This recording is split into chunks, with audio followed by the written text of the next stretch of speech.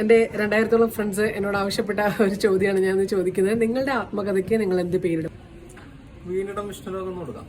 പക്ഷെ ഡിസൈനറിന്റെ പരിവേദനങ്ങൾ, ഒരു ഡിസൈനറിന്റെ കഥന കഥ അങ്ങനെയും കൊടുക്കാം അല്ലേ? പക്ഷെ എനിക്ക് ജില്ലൂസ് ആർട്ട് അത് നല്ല പേരാണ്, നല്ല പേരല്ലേ? ആ, അതിന്റെ ഇടയിൽ കൂടെ ഒരു പ്രൊമോഷൻ കേട്ടോ, അതിന്റെ ഇടയിൽ കൂടെ ഒരു പ്രൊമോഷൻ കണ്ടല്ലോ.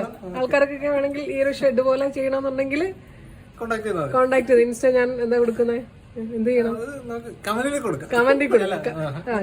കൊടുക്കാം. ഓക്കെ, ആ പെട്ടെന്ന് പറ. നിന്റെ ആത്മകഥയ്ക്ക് നീ എന്ത് പേരിടും?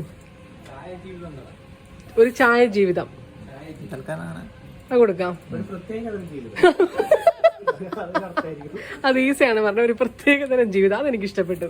അപ്പൊ ഈസയുടെ എന്താ പറയാ ആത്മകഥയ്ക്ക് എന്ത് പേരിടാം? അല്ലല്ല, അത് കോഴിക്കോട്ടിലെ കലാകാരൻ. ഓക്കെ സാർ തിരക്കിലാന്നറിയാം, എന്നാലും സാറിന്റെ ആത്മകഥയ്ക്ക് സാർ എന്ത് പേരിടും? എന്ത് പേരിടും? തുറന്ന പുസ്തകം.